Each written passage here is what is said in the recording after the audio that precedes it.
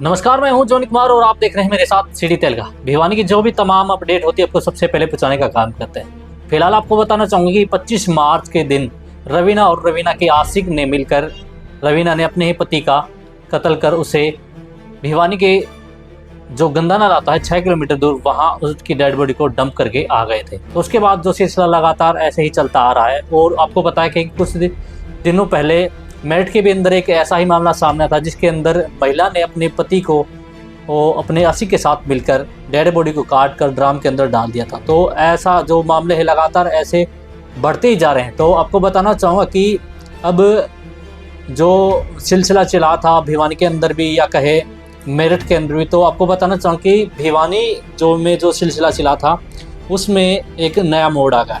आपको बताना चाहूँगा रवीना ने जेल से बाहर आने से मना कर दिया है।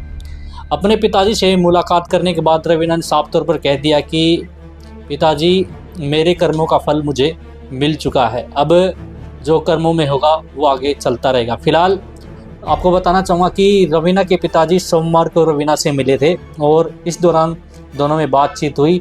रवीना के पिताजी ने रवीना को कहा कि बेटी, तुमने ये क्या कर दिया। तो इसी दौरान रवीना का कहना है कि पापा, मुझसे गलती हो गई, मुझे पता नहीं चला। और रवीना ने कहा कि ये सब मेरे कर्मों में लिखा था जो मेरे साथ हो रहा है।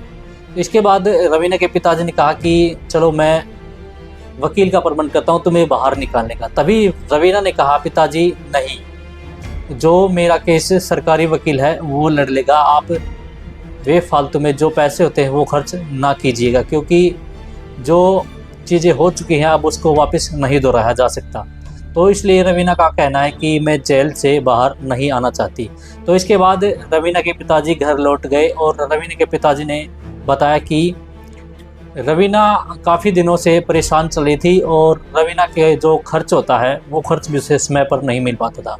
रवीना के पिताजी ने जानकारी देते कहा कि जो रवीना का हस्बैंड था प्रवीण, वो शराब पीता था, जुआ खेलता था, जिसकी जुआ की किस्त अभी तक पेंडिंग है। रवीना ने बताया था कि अपने पिताजी को कि जुआ खेलते समय जो प्रवीण था वो जुए में काफ़ी पैसे हार गया था, जिसका कर्जा लोन लेकर उतारा गया और जिसकी किस्त अभी तक 2 बाकी हैं। और जो कर्जा लिया हुआ था वो कर्जा लिया हुआ था और उस कर्जे की कीमत लोन लेकर भी नहीं चुकाई गई थी। उसके बाद जो जेवर थे रवीना के पास, वो जेवर लोन पर धर दी गई या किसी को बेच दी गई, तो वो जेवर से भी जो कर्जा था वो नहीं उतरा था। उसके बाद क्या किया कि रवीना के पिताजी ने अपने कुछ पैसे देकर अपनी छोटी बेटी को रवीना के पास भेजा और कहा कि आपका ये जेब खर्चा है और जितना हमसे बनेगा हम आपके लिए करते रहेंगे।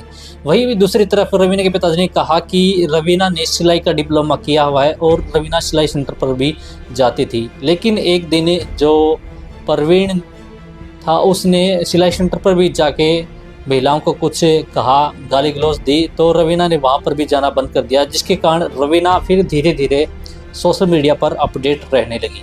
फिर धीरे धीरे इसकी दोस्ती किसी एक युवक से हो गई, जिसके चलते ये धीरे धीरे जो असमंजस जो सिलसिला था ये बढ़ता गया और रवीना ने एक ऐसी गलती कर दी जिसकी रवीना अब बहुत ज़्यादा पछतावा कर रही है। फिलहाल भिवानी जो भी अपडेट होती रहेगी हम आपको अपडेट कराते रहेंगे। तो फिलहाल अभी के लिए इतना ही। तो आप हमारे साथ बने और देखते रहिए सिटी तहलका में जोनी कुमार, कैमरामैन विपिन के साथ।